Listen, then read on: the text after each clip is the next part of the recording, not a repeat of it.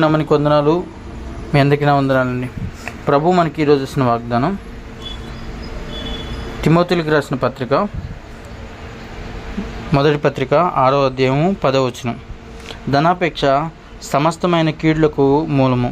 కొందరు దాన్ని ఆశించి విశ్వాసం నుండి తొలగిపోయి నానా బాధలతో తమను తామే పాడు చేసుకునేది.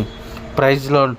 ప్రభు ఈరోజు తిమోతి గారి ద్వారా మనతో చెప్తున్న మాట ఏంటంటే, ధనాపేక్ష సమస్తమైన కీడులకు మూలమంట. అవునండి, ధనాపేక్ష ఉన్నవాడు ఏం చేయడానికైనా ముందుకొస్తాడు. ధనాపేక్ష అనే ఆలోచన ఉన్నవాళ్ళు అవతల వ్యక్తిని చంపడానికైనా లేదంటే అవతల కుటుంబాన్ని నాశనం చేయడానికైనా ముందుకెళ్తూ ఉంటాడు. అందుకనే ఈరోజు తిమోతికి ఏమని చెప్తున్నా అంటే, ధనాపేక్ష అనేది మనకు ఉండకూడదు. అది సేవకుల్లోనే కానీ దేవుని యందు భయభక్తులు కలిగి జీవిస్తున్న మనుషుల్లోకే కానీ ధనాపేక్ష అనేది ఉండకూడదు. ఈ ధనాపేక్ష వల్ల మనకి ఏదైతే పరిశుద్ధత ఇచ్చారో, ఏదైతే దేవాది దేవుడు మనకి అర్హతనిచ్చాడో ఆ అర్హతని మనం కోల్పోతామంట. ధనాపేక్ష వల్లే కదండి గెహజీ ఏమయ్యాడు, ధనాపేక్ష వల్లే కదా బిలాము ఏమయ్యాడు. వీళ్ళు ఆ ధనాన్ని బట్టో, అక్కడున్న ఐశ్వర్యాన్ని బట్టో, అక్కడున్న సంపదను బట్టో ఏం చేశారంటే దేవుడిచ్చే మహిమని కోల్పోయారు. కాబట్టి ఈరోజు మనకి ఎందుకు పౌలు గారు తిమోతి ద్వారా హెచ్చరిస్తున్నారంటే, ఈ రోజుల్లో ధనాపేక్ష అనేది చాలామందికి ఎక్కువైపోయింది. ఎందుకు ధనాపేక్ష ఎక్కువైపోయింది అని అంటే, ధనాపేక్ష రావడానికి గల కారణం ఏంటంటే, మనం కష్టపడి పని చేయకపోవడం. మెయిన్ ఆలోచన ఏంటంటే కష్టపడకుండా ఏదో ఒక విధంగా డబ్బులు వచ్చేయాలి. చాలామంది ఇలా ఉన్నారు, ఏదో ఒక విధంగా డబ్బులు వచ్చేది. అలా అది కాకుండా ఎవరి దగ్గరైనా డబ్బులు తీసుకుంటే తిరిగి ఇవ్వకపోవడం, ఎవరి దగ్గరైనా డబ్బులు వాళ్ళకి తిరిగి ఇవ్వకుండా వాళ్ళని ఇబ్బంది పెట్టడం.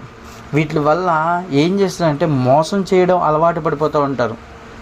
నేను కష్టపడో, నా శ్రమపడో, ఒకరోజు అటు ఇటులో కల్లా నేను ఇచ్చేయడానికే చూడాలని అనేది లేకుండా కొందరు ఏం చేస్తున్నారంటే ఈ ధనాపేక్ష వల్ల చాలామంది దేవుడిచ్చే మహిమను కోల్పోవడమే కాకుండా లోకంలో భ్రష్టత్వాన్ని అంటుకుంటున్నారు. ఈ కీడుకు మూలమంట, సమస్త కీళ్ళకు మూలమంట. ఈ సమస్త కీళ్ళకు మూలమైన దాన్ని మనం ఏ విధంగా చేయించాలి? ధనం లేనిదే ఏ పని నడవదు. ఒక విధంగా చెప్పాలంటే ప్రతిదీ మనం తినే ఆహారం దగ్గర నుంచి సమస్తము, ఇప్పుడు వెళ్ళే ప్రతి దాంట్లో ధనం అనేది కావాలి. ఇక్కడ లోకంలో కూడా నానుడి ఒకటి ఉంటుంది, పైసే పరమాత్మ అని. ధనమే అన్నీ ఏదైనా చేయగలదు, గౌరవాన్ని వాళ్ళకి ఏదైనా ఇవ్వగలదు అనేది లోకంలో నానుడైపోయింది. కానీ ఈరోజు ప్రభువారు పౌలు గారి ద్వారా మనతో చెప్తున్న మాట ఏంటంటే, ధనాపేక్ష. ఏ ధనాపేక్ష? లోక సంబంధమైన ధనాపేక్ష ఉందా, లేదా ఆత్మ సంబంధమైన ధనాపేక్ష ఉందా? మనం ఎంతవరకు మనము ఆశించాలి, ఎంతవరకు ఆశించకూడదు అనేది దేవుడే ఇస్తాడు ఆ జ్ఞానాన్ని. ఈరోజు ఆ జ్ఞానాన్ని మనం పొందుకుందామా? ప్రభువారు ఇక్కడ చెప్తున్నారు, కొందరు దాన్ని ఆశించి విశ్వాసం నుండి తొలగిపోయి నానా బాధలతో తమను తామే పొడుచుకుని అంట. దాన్ని ఆశించి విశ్వాసం నుండి తొలగిపోయారంట.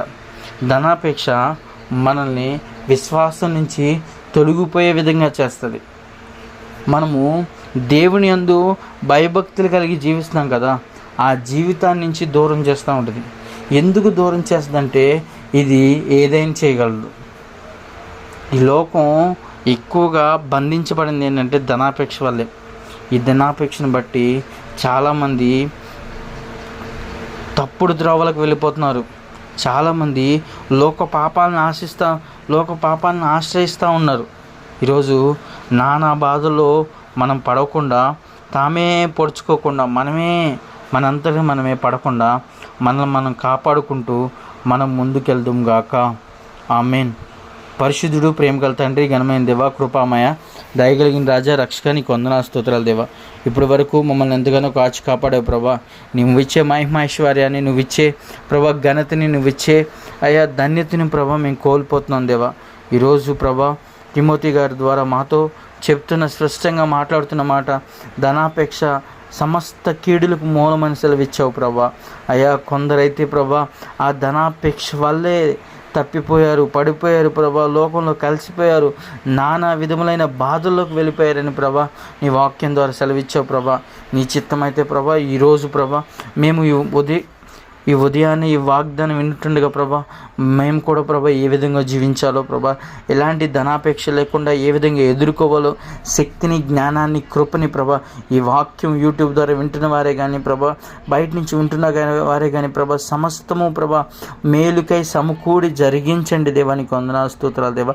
అటు రీతిగా మమ్మల్ని బలపరచండి, నీ కృపలో మమ్మల్ని జ్ఞాపం చేసుకుని ఘనత, మహిమ, ప్రభావాలు పొందుకుని యేసు పరిశుద్ధ నామమున వేడుకుంటున్నాను తండ్రి. ఆమేన్.